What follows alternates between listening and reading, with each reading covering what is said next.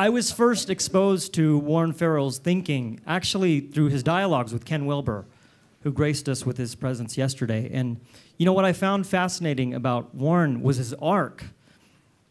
Here's somebody that goes from being on the board of the National Organization for Women, deeply engaged in the feminist movement, to leaving that organization and suffering all the slings and arrows related to that departure, and now being at the leading edge of the modern men's movement. And he's a switch hitter. And I just found the authenticity of his seeking the myths and the truths of both female and male power very refreshing and admirable. And so it's my honor to introduce to you Dr. Warren Farrell.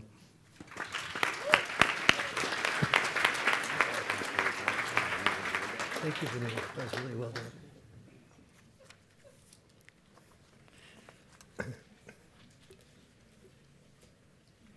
Switch hitter. Actually, the question I often get is, what in the world ever made you, go from earning a very, very significant income, being able to buy anything you wanted, to sort of giving up most of that income and speaking up for boys and men?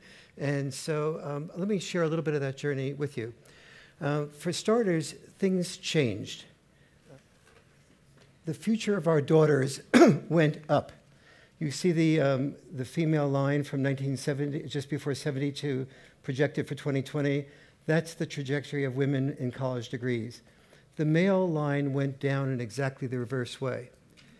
But what's important is I'm having been and still being an extremely devoted feminist. I care a great deal that women's lines go up. But the important thing is that for the first time in American history, our sons will have less education than their dads. The implications of that for marriage, for love, for global competitiveness, for so many levels of physical health, mental health, the love that is involved, the mental health that comes from love, that is all the layers of that in that finding alone, in addition to 100 other findings like that, made me realize that there's a crisis occurring that if I don't pay attention to it, I will feel as badly as somebody who recognized a financial crisis 10 years before it happened and didn't have the guts to talk about it. Second thing that made me change my mind was I went to a party once I used to write for Ms. Magazine, and I went to a party, and Gloria Steinem and I, the woman there and the man behind the hair, had plans to meet and connect, but as I'm walking toward her, and she's sort of saying, just let me get rid of this group in front of me first, there's a guy that taps me on his shoulder. And he said, are you Warren Farrell? And I go, yes. He said, well, you formed a men's group. I had formed about 200 men's groups at that point. And he said, you formed a men's group that I joined, but like you always do, apparently, you left the men's group before I got involved. But I need to talk with you. And I thinking, all right, I want to get to Gloria, but all right, I'll spend some time with this guy. So we sit down and we have this hour's conversation. And the conversation lasted that long, in part for the fact that the first thing he said to me is that men's group changed my life. And I said, how so? And he said, for the first time, I was able to remove my mask. I was able to talk about who I really was underneath, my fears and my feelings. And he said, one of the exercises in the group was, what is the biggest hole in your heart? And when it got to me, I didn't expect to say it, but I suddenly blurted out, it's the fact that I had a son. And I was so preoccupied with my career, a little bit like Jeff Walker was saying, but in this case, he was successful and he was traveling a great deal. He said, I was so preoccupied with my career, I never really got to know my son. I came in, I came out, I was still involved with business. I got involved with women on the road. Eventually, I got a divorce. And to this day, the biggest hole in my heart is not having connected with him. And so the group sort of hesitated, and one of the men in the group, he said to me, something else is going on. And he said, yeah, something else is. My wife just told me, my new wife just told me she was pregnant. And apparently it's going to be a boy. And so I'm a little worried. I'm feeling that hole reemerge in my heart. and I don't know what to do about it. And one of the men in the men's group said, well, if you could do anything you wanted to, without regard for responsibility or anything at all, what would you do? Really? I would take 5 years of my life and raise him until he got into school. Do nothing, career-wise. And he said the men's group looked at me and said, have you talked to your wife about that? And he said, no. And he said, well, they said, well, why don't you? Why assume she would be opposed to that?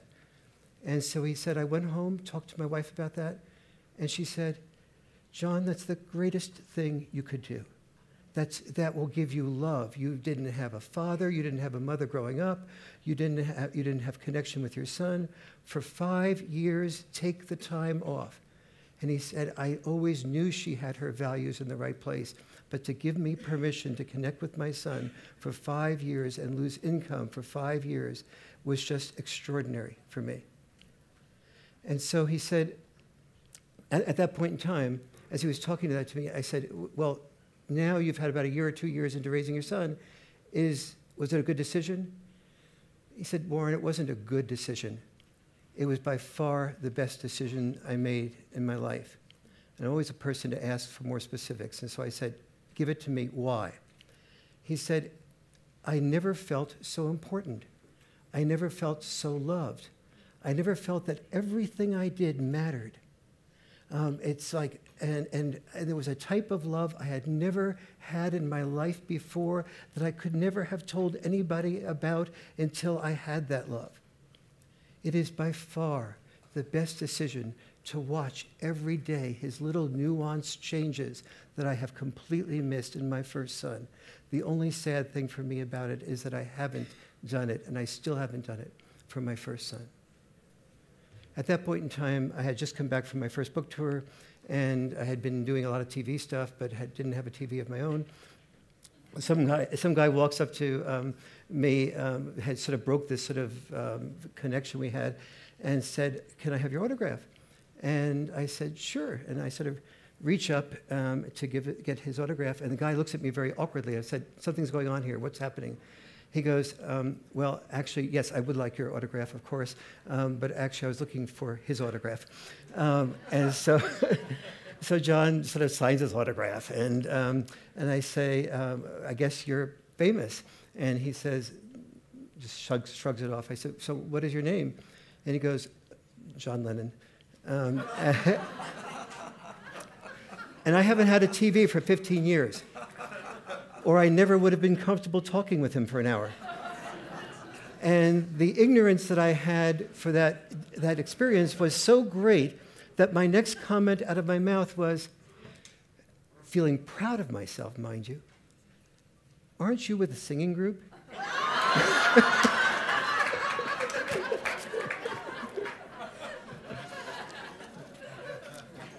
And interestingly, he smiled in a way that made him feel more relaxed. I mean, it made me feel more relaxed. I realized that, and as we got on in the discussion, in fact, I sort of tightened up once I knew who he was. And of course, I then realized how stupid I was. But I didn't realize also that embedded in that hour was a real, some things happened as I look back on that, because when you're with a person like that, you look back on that time more than you do normally speaking. And embedded in that hour were so many discoveries, some of which I want to share with you now. One is what I would call the father's catch-22. I saw in John that a dad's love for his family is often expressed by being away from the love of his family. John was following his bliss, but even following your bliss took thousands of hours of work to be at the top of his field. John told me, he said this, one of the sadnesses I have is that no one knows how much pressure, how much work there is involved, how much I fear failing every time. With John in mind, I sort of developed this experience that I'd like the guys here to participate in with me. Stand up if when you were between the ages of 1 and 5, your dad worked full-time at least 3 of those years when you were in the ages of 1 to 5. Or birth to 5, actually. Great. Let's look around. I'll ask us to sit down. Stand up if your dad's worked part-time for about 4 of those years or more. Thank you. Stand up if your dad did not work outside the home at all during those 4 years, 4 or 5 of those years. What I learned is that what we had done with the women's movement, it was a beautiful gift that we gave to women. The gift was when children came, the women could choose between working full-time at home, raising children, raising money, or doing some combination of both, if they were married to a man who was successful. If they weren't married, different issue. If they weren't married to a man that was successful, different issue. But if they wanted time with their children, then all the options were open for them. But their husbands never even discussed the possibility of any option but, well, they did have 3 options too. Option 1 was work full-time. Option 2 was work full-time. And option 3 was work full-time. Or work overtime if they were a working class man, or work 2 jobs if they were, or working time if they were over middle class, and 2 jobs if they were working class. The women's movement helped women develop multiple options that helped them be closer to their unique self. The men's movement, oh, wait a minute, there wasn't one. If there were a men's movement, I thought, maybe we could also help men develop some of those 3 options and get a little bit closer to being, I didn't word it this way at the time, their unique self. So let's look first at what that unique self, what's involved in that unique self.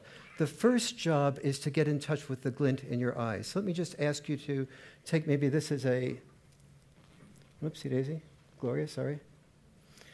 Just use these images as sort of a helpful clue to get in touch with your father's glint in his eye. Maybe he loved fishing. So I ask you just to close your eyes and just imagine your dad when he was most relaxed. Was it with fishing? Was it with doing a hobby? Was it with playing with your children? Was it with just being in the garage making something? Was it just being out golfing? Was it telling a story? Was it singing in the choir? Was it playing a musical instrument, writing poetry? Find the glint in your dad's eye that really came the closest to creating the unique self that is your dad, or that would have been your dad had he gotten in touch with the glint in his eye. I'll ask you to open your eyes and imagine now the glint in your dad's eye, and now think about what your dad actually did for a living when he worked full-time. And now I'd like you to share with me, which do you feel, imagine when you were born, or the oldest child in your family was born, that your mom and dad sat down together and they had a discussion about, we think we're going to have about this number of children. And what would create the most likely opportunity for predictable and dependable income to be earned during the course of all the children's lives in the family, including margin for error like insurances and living in the right neighborhood to go to the right schools, having orthodontist bills taken care of, and so on. Raise your hand if your parents would have come to the conclusion probably that what would have helped earn that money the best was your dad just enjoying the glint in his eye. Raise your hand if it would be more likely to be doing something similar to what he was doing.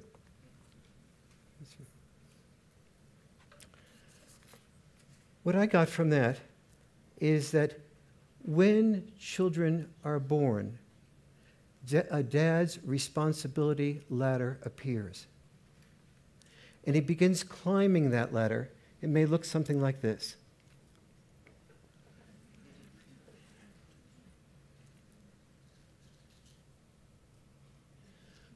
Raise your hand if your dad was in the military, or your dad or somebody close to your dad worked in a hazardous profession, like welding or construction or cab driving. Raise your hand if that was the case.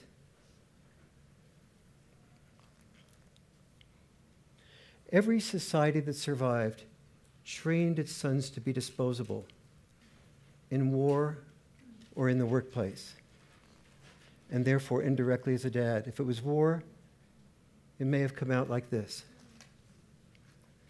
That disposability, we still train our sons for that disposability today. We call it football. We call it football because it's training to be willing to risk a concussion, a spinal cord injury, a dislocated shoulder, and call it glory, to attract girls that way. The girls that say, 1st and 10, do it again, 1st and 10, do it again. They don't go 1st and 10, be cautious again.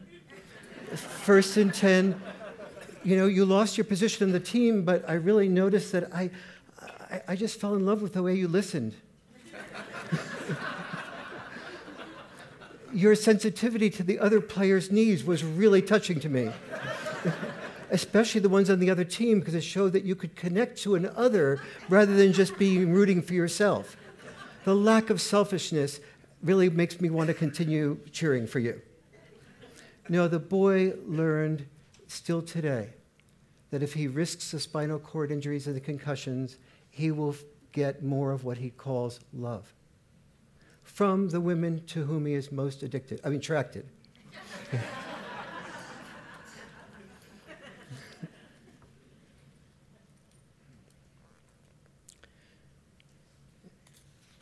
We still emotionally bribe our boys to do this. So what we still are teaching our sons is, when they're not involved in a movement like Integral, is to define power as feeling obligated to earn money his family spends while he dies sooner. To define power as feeling obligated to earn money his family spends while he dies sooner. What no one has taught anyone is that pay is not about power. The road to high pay is a toll road. The higher up a guy goes, or a woman goes very often, the more time he often gives to somebody else, called his employer, or moves to some location, or has to suck it up. Or if he's really wanting to be in touch with his creativity, he feels that finding his bliss expressed in the company, he soon learns his creative ideas are the ones to most quickly be diminished by the bureaucracy or vetoed by the attorneys. The father's catch-22 I started was by saying that dad learned to love his family by being away from the love of his family. But why is that? In the unconscious capitalism world, the qualities it takes to succeed at love, the qualities it takes to be successful at work, are inversely related to the qualities it takes to be successful in love. For example, when I learn to be an unconscious capitalist, what I learn is that when you're speaking to me, I'm forming in my own mind's eye the things that are the flaws in what you're saying. I'm beginning to solve problems really quickly. I'm thinking of 100 other different thoughts about how it can be done better or worse than the way you're proposing for me to do it. And I speak to my wife that way. My wife feels completely what? Unheard, unseen. If I speak to my children that way, they feel unheard and unseen.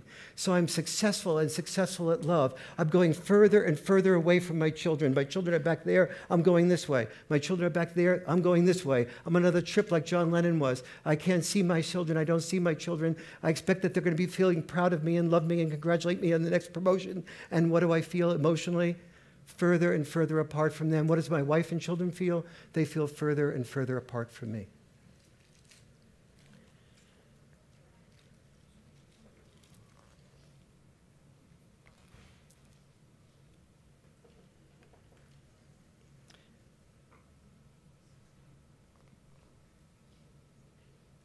Well, we missed a thing here, so I'm going to wing this one. We learn, in a sense, a pay paradox. That pay is about the power you forfeit to get the power of pay. The power you forfeit, let me work with that. The power you forfeit is the power of giving up what you feel is right for what your employer feels is right. giving up time, being willing to adapt to what someone else needs, whether you feel it's right or not. That's the power you forfeit. To get the power of pay. What is the power of pay? The power of pay is the power for most men and most women. It is the power to make their children's lives more viable, filled with more choices, more able to spend 4 days at an integral conference than they ever even dreamed was possible for them. That's the power of pay.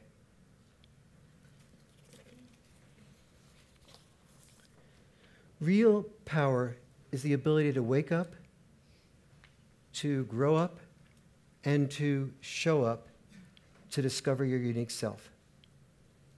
That is real power. That is the power that has never been taught in the unconscious 99% of capitalism. When children arrive, dads feel they have to climb that responsibility ladder. The responsibility ladder was, there's the pay paradox. And let's get to that responsibility ladder. All right, we got a few things messed up here. The responsibility ladder is that ladder of climbing up to responsibilities. And what's missed as they climb up that responsibility ladder, what is missed is the bliss professions.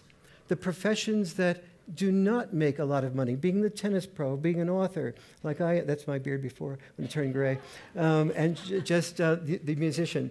Why don't dads consider that? Because when you follow your bliss, it's the money you'll miss. Now, how does that make sense? Some people here have made money. John Lennon made money following his bliss. But for the most part, for 99.9% of people, the first step of following your bliss is doing something like realizing that people don't want my art as much as they want the garbage to be picked up. So being an art history major or a French literature major, which is my bliss, will not be likely to pay me as much as somebody who's not even educated, but they're picking up my garbage because it's more needed. The reason that following your bliss often leads to the money that you'll miss is to do with supply and demand. There's an enormous amount of people who want to follow their bliss, and there's an enormous amount, much less demand for the art on our wall, the original art on our wall. And so, how did John Lennon follow his bliss and not put another hole in his heart? He made sure that he got involved with being in touch with his feelings and had emotional support for that. Talked to other men, like many men do not do. And number two, he chose a wonderful spouse based on values that allowed him to take 5 years off, to lose tens of millions of dollars, to disappoint hundreds of people who were dependent upon his income, to disappoint thousands of fans in order to be able to give something to himself that he knew he was missing at that deeper level. So when you get that emotional support, you affect the rostral cingulate zone in your brain that allows you to get dopamine into that brain from getting support from other people that you don't otherwise access. And number two, when you choose the right partner, a partner who doesn't go to the restroom when the check comes, that begins to give you the first hint that she will be there for your total journey, bliss or not bliss. In conclusion, what does it take for our sons to wake up, to grow up and show up? It takes understanding that when a boy looks at his dad, who is divorced, and sees his dad working in a job he hates, in order to support in a divorced family a mom and him, and hears his mom tell him how irresponsible his dad is, that does not inspire him to grow up, to wake up, and to show up. It inspires him to retreat into video games and find another dad, another hero who can be his role model. It takes us extending our hearts to our sons and never forgetting our daughters, and doing that proactively inviting our sons into the integral revolution. It takes knowing that when we develop conscious capitalism, that we're creating a first generation of boys who can both help support their families and feel valued. And that does inspire our sons and our daughters with a sense of purpose that is missing, since fewer men are needed to find a sense of purpose by dying in war or being the sole breadwinner. Together, this will help our sons become not our daughters' role mates, but our daughters' soulmates. Hence the flyer you have on the seat. Sons who, together we can raise our sons who are worthy of our daughters' love.